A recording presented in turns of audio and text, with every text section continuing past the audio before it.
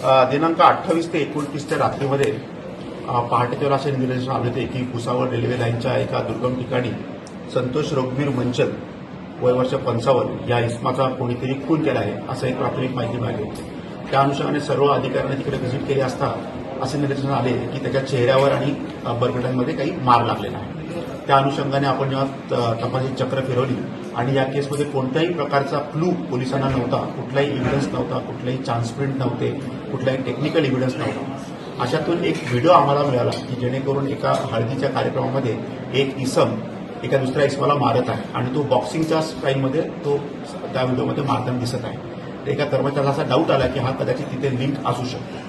तर या अनुषंगाने अजून तपास आपण केल्यानंतर 3 लोकांना हर्षल राजू वर्मा, क्षितिज संजय भालेराव आणि प्रफुल्ल उत्तम जाधव या तिघांना कॉर्डन केले असता या तिघांनीच हा मर्डर केलेला आहे असे निष्पन्न झाले. त्याच्यामध्ये मोडस अशी आहे की तिघही भंगार चोर आहेत आणि त्यांनी दुपारी देखील एक चोरी केली होती आणि नंतर देखील हे भंगार चोरी करायला सदर ठिकाणी रेल्वेची भंगार चोरी करायला गेले होते.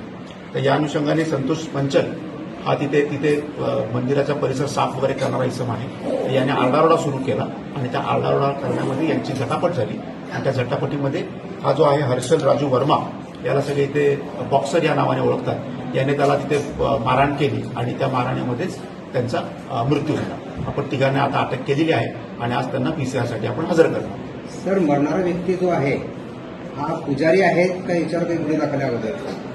नाही, हा तिथला परिसर वगैरे साफ वगैरे करणारा इसम आहे. तिथे एक छोटंसं मंदिर आहे, त्या मंदिराची देखभाल आणि परिसर साफ करण्याची जबाबदारी तो करत होता. त्याच्यावर काही गुन्हे पण आहे का अगोदरचे? नाही, त्याच्यावर अजून तरी काही गुन्हे असे निष्पन्न रेकॉर्डर आलेले नाही. परंतु हा जो हर्षल राजू वर्मा आहे आरोपी नंबर 1 याच्यावर पूर्वीचे 3 गुन्हे आहेत.